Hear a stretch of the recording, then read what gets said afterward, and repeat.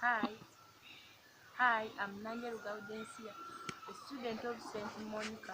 I'm in Girls of Tomorrow Foundation. During the lesson of permaculture, I learned how nursery bed is prepared and how it is managed. When you start in the nursery bed, it should be you first treat the soil, or you first spray the where it is going to be sprayed.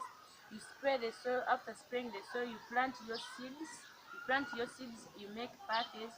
After making paths, you have to pot those seedlings, which may help those seeds to transfer them to the main garden. Then after that, you make sure that your seedlings are well spaced and are well grown. After you transfer that those crops to the main garden.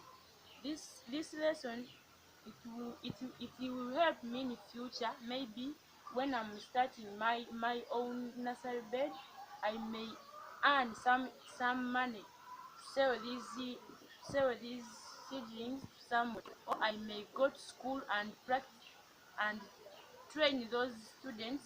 They give me some money. That's all about nursery.